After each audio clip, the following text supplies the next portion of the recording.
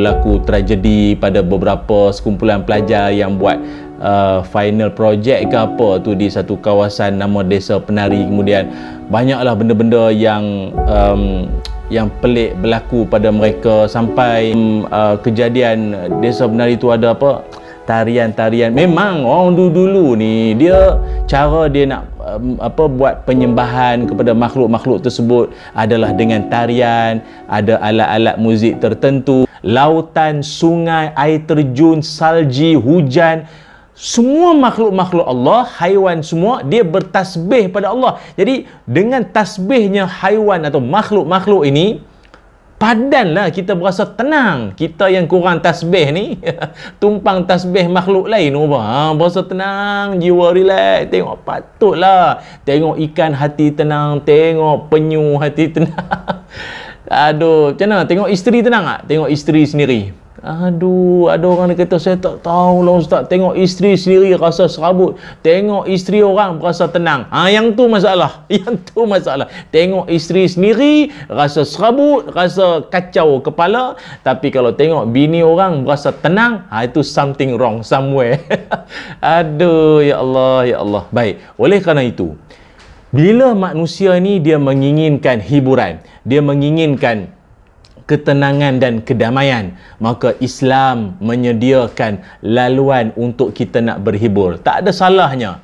Nak berhibur, silakan. Malah kita dalam hiburan pun, dia ada hiburan yang dipanggil sebagai hiburan utama dan hiburan sampingan. Hiburan utama dan hiburan sampingan. Ada. Kalau kata hiburan utama ni apa? Siapa tahu hiburan utama? Hiburan yang main, yang utamanya apa? Kalau kata makanan tu, maknanya dia yang nasi, dia yang lauk, dia tu. Apa dia yang utama? Hiburan yang utamanya apa? Al-Quran, zikir, kan, apa lagi? Dan ibadah-ibadah kita. Termasuklah sahabat-sahabat kita yang berangkat buat haji, umrah. Itu sebenarnya hiburan hati tau. Merehatkan hati, tenang, tengok Kaabah, tawaf, kan. Kalau hajinya wukuf di Arafah, munajat doa pada Allah Ta'ala, minum air zam-zam, kan. Itu sebenarnya adalah terapi, hiburan jiwa kita. Okey? Solat, kan. Sampai Nabi SAW sebut pada Sayyidina Bilal, Nabi kata apa? Arihna bis-salah ya Bilal. Rehatkanlah kami dengan solat, wahai Bilal. Rehatkan. Rupanya solat ni dia sinonim dengan kerehatan. Manusia dalam kehidupan macam-macam aktiviti, macam-macam urusan, memenatkan jiwa.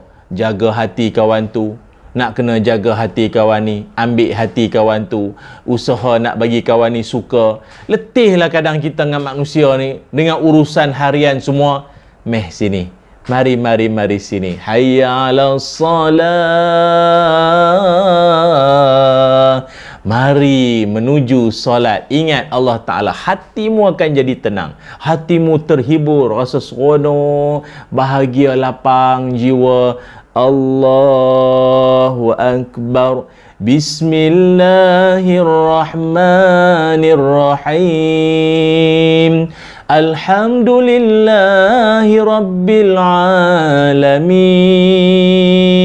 Kan? Hati kita berasa tenang, hati kita rasa syok, hati kita rasa macam sedang dihiburkan dengan ayat-ayat suci Al-Quran. Oh, hati tenang.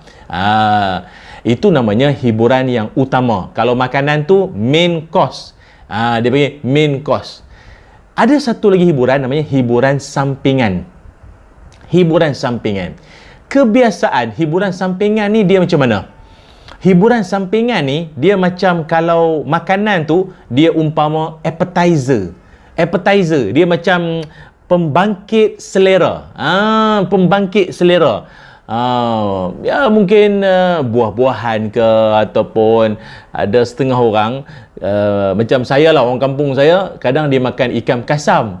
Ikan kasam ni dia macam dia akan kecur liur tau, kecur air liur kita, ataupun dia perah sikit limau, ataupun kadang kalau orang Pahang apa sambal hitam, sambal hitam, sambal tak tahulah, sambal penyek lah apalah, dia nak bagi penaik rasa tau, ataupun pemangkin selera. Untuk tambah selera lagi. Kadang orang tua-tua, kadang orang kampung dia suka ulam-ulaman. Ulam-ulaman ni dia jadi laju bila dia makan tu. Sambal belacan pula. Oh, on. Orang Pantai Timur, orang Kelantan makan apa? Budu. Orang Melaka dia ada cincaluk. Jadi yang tu dia akan jadi pembangkit selera. Jadi kalau kata hiburan sampingan untuk pembangkit selera, apa dia? Termasuklah ni apa? Nasyid-nasyid. Nasyid-nasyid yang kita biasa dengar kan.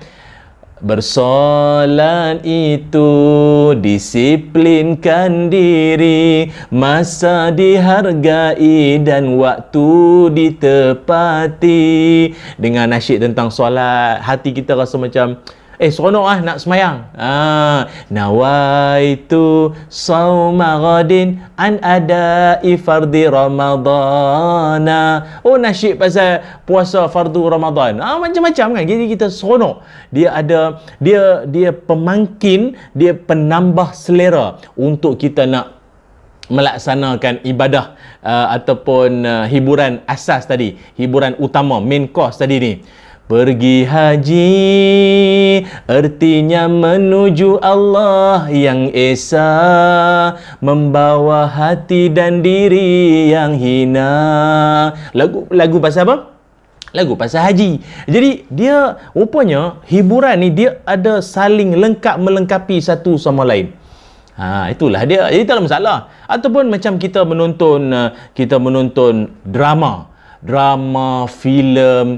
Sebenarnya filem-filem ni pun kalau ianya berunsur ataupun dia ada mesej yang bagus, contohnya dia mempamerkan akhlak anak yang baik, mempamerkan sikap peribadi suami yang bagus, isteri yang solehah, maka itu juga sebenarnya hiburan yang bersifat hiburan sampingan, pemangkin selera kita untuk jadi lebih baik. Seronoknya kalau aku jadi isteri yang macam dalam filem tu. Dia bagus tak? Dia ada nilai-nilai yang bagus. Dia ada satu mesej yang bagus. Allah, bagusnya anak tu, ya Allah, dia berbakti pada orang tua dia sampai akhir hayat dia. Sampai akhir hayat dia. Ya Allah, bagusnya, menitih air mata kadang kita tengok. Ya Allah, drama, filem yang berunsur macam tu bagus sangat. Dan satu lagi lah yang saya nak pesankan juga, mungkin ada di kalangan penonton-penonton di luar sana yang peminat-peminat filem-filem horror, filem-filem yang berunsur seram, apa hantu lah, apa menakut-nakut, apa dia panggil apa? Apa dia panggil kliwon lah, apa tak tahulah, macam yang sama waktu dengannya lah. Kita sebenarnya dalam Islam, kewujudan makhluk-makhluk halus ataupun alam ghaib ini memang kita sendiri dalam agama kita mempercayai akan hakikatnya. Dalam Quran Allah Subhanahu wa taala berfirman, a'udzubillahi minasyaitonirrajim, zalikal kitabu la raiba fihi hudan lil muttaqin alladzina yu'minuna bil ghaibi wa yuqimuna as-salah wa mimma razaqnahum yunfiqun. Kitab Al-Quran ini tidak ada sebarang syak padanya tentang datangnya dari Allah dan tentang sempurnanya. Ia pula menjadi petunjuk bagi orang-orang yang bertakwa, iaitu orang-orang yang beriman pada perkara-perkara ghaib dan mendirikan solat dan mendermakan, membelanjakan sebahagian dari rezekinya yang kami berikan kepada mereka. Surah Al-Baqarah ayat 1 hingga ayat 2. Jadi oleh kerana itu, kewujudan makhluk halus ni sememangnya ada. Cuma janganlah kita ini sampai tahap duk layan filem-filem horror seram ni, dia sampai suatu tahap macam nak merosak jiwa tau. Tahu nak merosak jiwa macam mana? Duk jadi takut, seorang-seorang nak pergi tandas pun takut, nak tidur seorang takut, gelap sikit pun takut. Jadi akhirnya dia akan melemahkan jiwa kita. Dan sememangnya kalau makhluk syaitan, dia suka sangatlah kalau kita takut sepanjang-panjang takutnya. Sebab itu kadang kalau kita lihat sememangnya makhluk syaitan ini, dia adalah makhluk yang yang jahat, yang mana senantiasa berusaha untuk nak memesong, nak menyesatkan, nak mengkafirkan dan nak menjerumuskan kita ke arah kesesatan, mempercayai perkara-perkara khurafat, mempercayai benda-benda yang tahyul, benda mengarut-mengarut ni semua, pahaman-pahaman nenek moyang yang dulu-dulu ni, yang sepatutnya dah berhijrah, dah berubah, bertaubat kembali ke pakai jalan dah. Tak lagi, masih ada lagi amalan-amalan kuno yang pelik-pelik.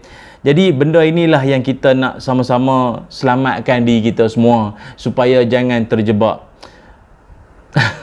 Yalah, macam baru ni keluar filem KKN Desa Penari yang asalnya tu ada yang mengatakan itu kisah benar dari negara seberang lah, yang mana ianya berlaku tragedi pada beberapa sekumpulan pelajar yang buat final project ke apa tu di satu kawasan nama Desa Penari. Kemudian banyaklah benda-benda yang pelik berlaku pada mereka sampai macam-macam jadilah.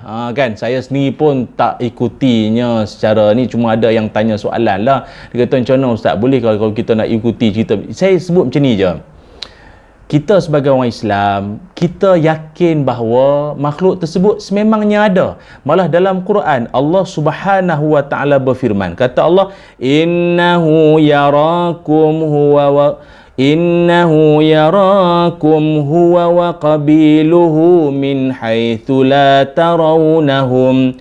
Sesungguhnya syaitan dan kaumnya melihat kamu dengan keadaan yang kamu tidak dapat melihat mereka.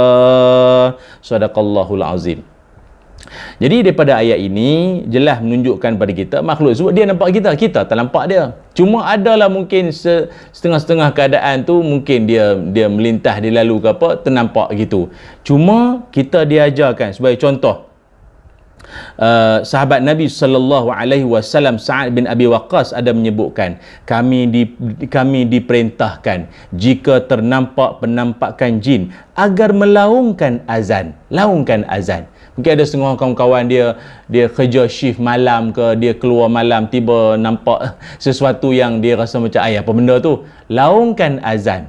Laungkan azan. Cuma dia kata, Ustaz, kami laungkan azan ni terkejut juga orang kata, pukul 11 malam, 12 malam azan pun pula isyak ke apa, dah. Ini bolehlah kita laungkan azan, membesarkan Allah Subhanahu wa taala. Mungkin hati kadang dia ada rasa seram, tapi kita nak sebutkan di sini, elakkanlah daripada menjadi peminat-peminat menonton filem-filem horror seram je tu. Kerana nanti dibimbangi, boleh merosak jiwa tau, melemahkan semangat, takut nak buat itu, takut nak buat ini. Itu saja, itu je.